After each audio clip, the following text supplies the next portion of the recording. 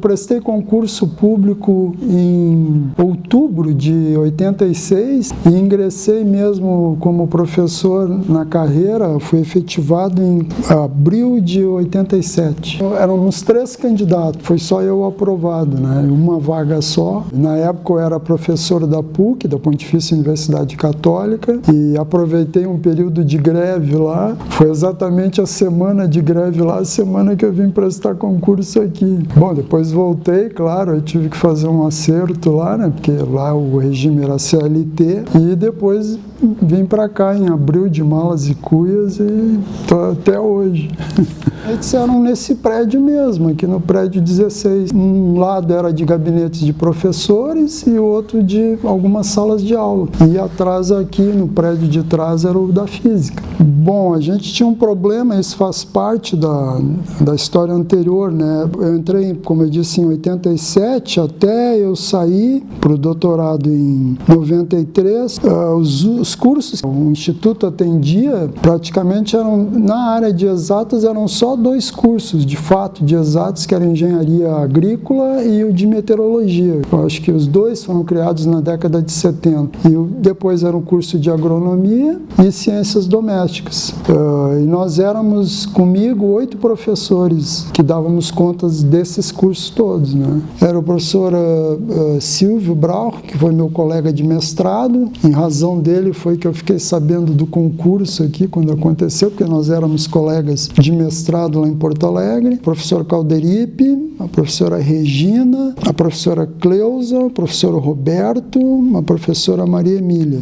Éramos esses. Logo que eu entrei, éramos esses professores. Na época dava para trabalhar de forma satisfatória com esse número de professores, mas depois a coisa complicou bastante, porque de 93 até o início dos anos 2000, na realidade esses professores se aposentaram, esses 7 professores foram se aposentando e tiveram as suas vagas repostas por concurso, quer dizer, então entraram mais 7 professores, só que nesse meio tempo se criaram os cursos de graduação dos institutos básicos, né? O próprio curso de matemática, o curso de física, licenciatura em matemática, em física, o curso de licenciatura em biologia, química, e aí a quantidade de disciplinas aumentou enormemente, né? Só a demanda mesmo do curso de matemática e física juntos nos impactaram muito.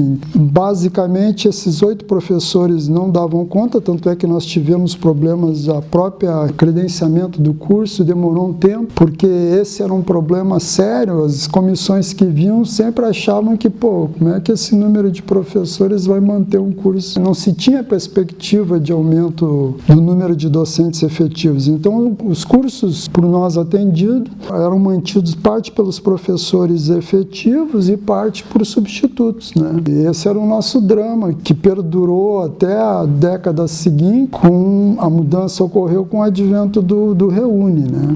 Até lá, bom, só para fazer um parâmetro aqui, nós éramos então 8, foram 2 etapas, digamos assim, em torno de 8 professores efetivos, isso só na área de matemática. A área de estatística era bem melhor servida nesse quesito, entre o período que eu entrei até o meados dos anos 2000, eles eram 9 professores, sendo que tínhamos 4 professores da área de computação, porque o curso de ciência da computação nasceu dentro do IFM, com 4 professores, e depois com o Reúne, que se criou um centro. Bom, DME, né, Departamento de Matemática e Estatística, chegou a ter o nome de Departamento de Matemática, Estatística e Computação, né, quando o curso de computação se credenciou, digamos assim. Bom, e aí só cresceu nesse tempo todo, né? Bom, mas de qualquer jeito, falando um pouquinho da fase anterior, que a gente conseguiu tocar, como eu estava falando, os cursos que haviam aqui na UFPEL, que não eram da área de exatas, então, como eu falei, no nascimento da universidade, do instituto, eram só o de engenharia agrícola e meteorologia, basicamente. Depois vieram, então, os cursos de licenciatura, né, matemática, física, biologia e química. Se conseguia trabalhar com um número pequeno de professores e as aspectos interessantes que a gente conseguia tocar, a gente conseguiu trazer 2 encontros regionais da Sociedade Brasileira de Matemática, inclusive com tour turístico, com toda a falta de recursos, coisa que no futuro não aconteceu. Mais para frente já tínhamos, eu acho, ultrapassado o Reúne, e se conseguiu também 2 encontros da Sociedade Brasileira de Matemática Aplicada aqui. Eu digo isso porque nós não tínhamos, antes do Reúne, nenhuma infraestrutura, e nós contávamos, por exemplo, com a infraestrutura da Católica para nos apoiar, do Colégio Gonzaga, então tinha esse lado, digamos, meio poético da situação, que era ir atrás de recursos e aí movimentar mais a cidade, né, em prol do que se queria fazer.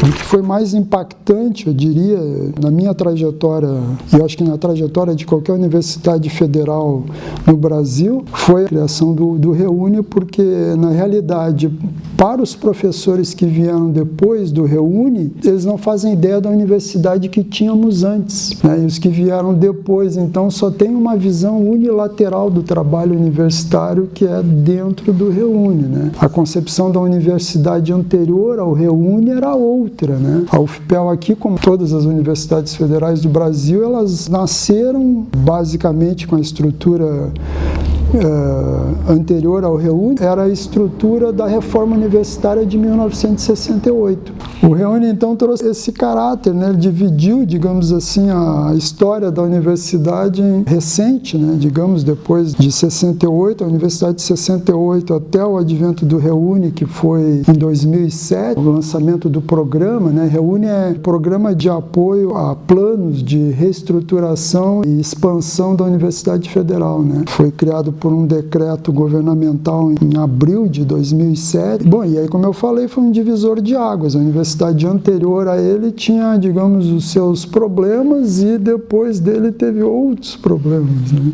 Outra participação interessante do Instituto e também do Departamento de Matemática e Estatística, um outro projeto que tinha o mesmo viés do Reúne, que aconteceu também no final do ano de 2007, foi a criação do PIBID, né, que até hoje se mantém e que também tínhamos uma situação precária à época, mas não deixamos de participar, até mesmo pela importância que o PIBID tinha, né, e tem até hoje, né. Naquela época o PIBID nasceu somente com os cursos de formação de professores das áreas básicas, né, só matemática, física, biologia e química, e atingia só 4 escolas da cidade. Hoje eu acho que tem mais de 20 escolas envolvidas, né.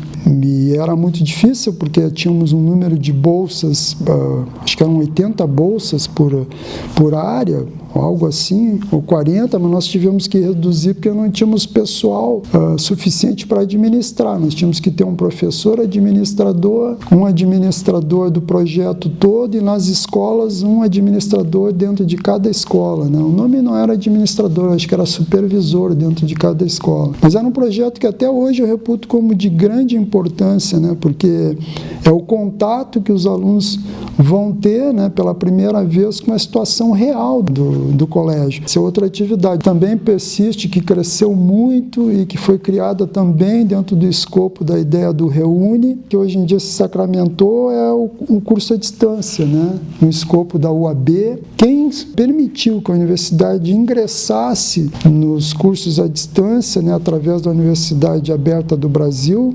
Hoje a gente tem um curso consolidado, que é o CLMD, né, curso de licenciatura em matemática à distância, mas o nascedor dele foi por ação de professores dentro do departamento de matemática, né? E foi o que permitiu, né, que a universidade se credenciasse a fazer cursos à distância para as outras áreas, não só a matemática, né? Foi esse primeiro credenciamento da matemática, foi o que permitiu que demais áreas se credenciassem depois, né? Então isso também era uma proposta do governo que, atrelada à ideia do Reúne, que era de maior inclusão social, né, e diversificação das modalidades de curso. Isso tudo a reboque do Reúne. Tudo de bom ou de ruim que surgiu em função do Reúne deve ser analisado, né? Mas certamente para professores da minha época, assim, e próximos, né, essa mudança de paradigma foi bem marcante.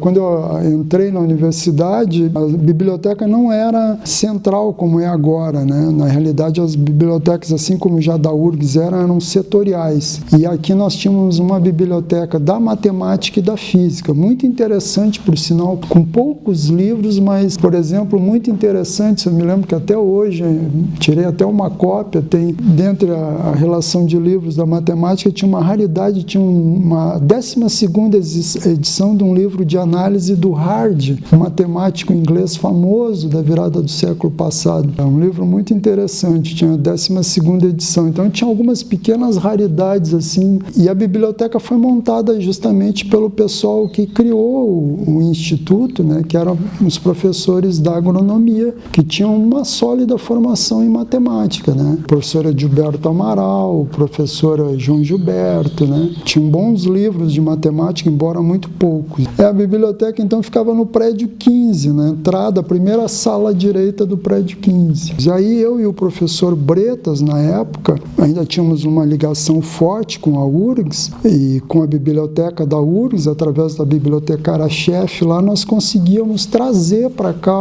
cópias de livros e de papers que a universidade aqui não tinha, a nossa biblioteca não tinha. Então trouxemos coleções inteiras assim de cópias da American Mathematical Monthly, Mathematical Teacher, vários periódicos trouxemos de carro para a nossa biblioteca aqui para aumentar o acervo, né? Então fizemos esse trabalho durante muito tempo, assim, tranquilamente, acho que uns 2 anos, tudo que sobrava lá, né? Porque normalmente era duplicada. A biblioteca da URGS, na ocasião, já era uma das maiores, ela tinha 150 aproximadamente revistas distintas assinadas, então era um acervo fantástico, né? E sobrava muito material, eles tinham um depósito à parte lá, e a gente, quando sobrava, a gente perguntava para a bibliotecária, o nome dela era Érica, e aí, Érica, sobrou alguma coisa? Olha, eu tenho aqui tal coisa, e aí nós íamos lá e pegávamos, né?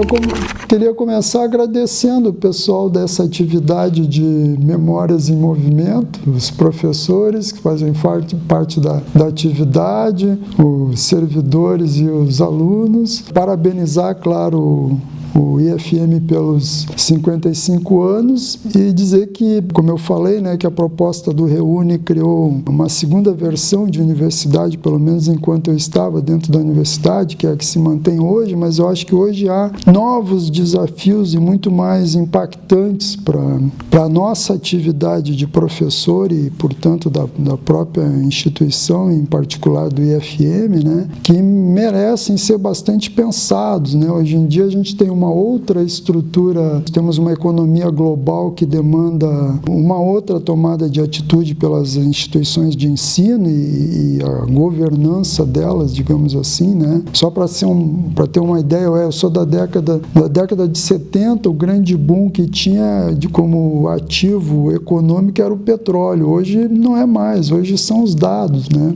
Hoje quem administra dados, né, garimpa dados, estrutura dados, faz nascer conhecimento, informação, né, e agrega valor, né? Então hoje, já digamos assim, no andamento da inteligência artificial, isso requer um cuidado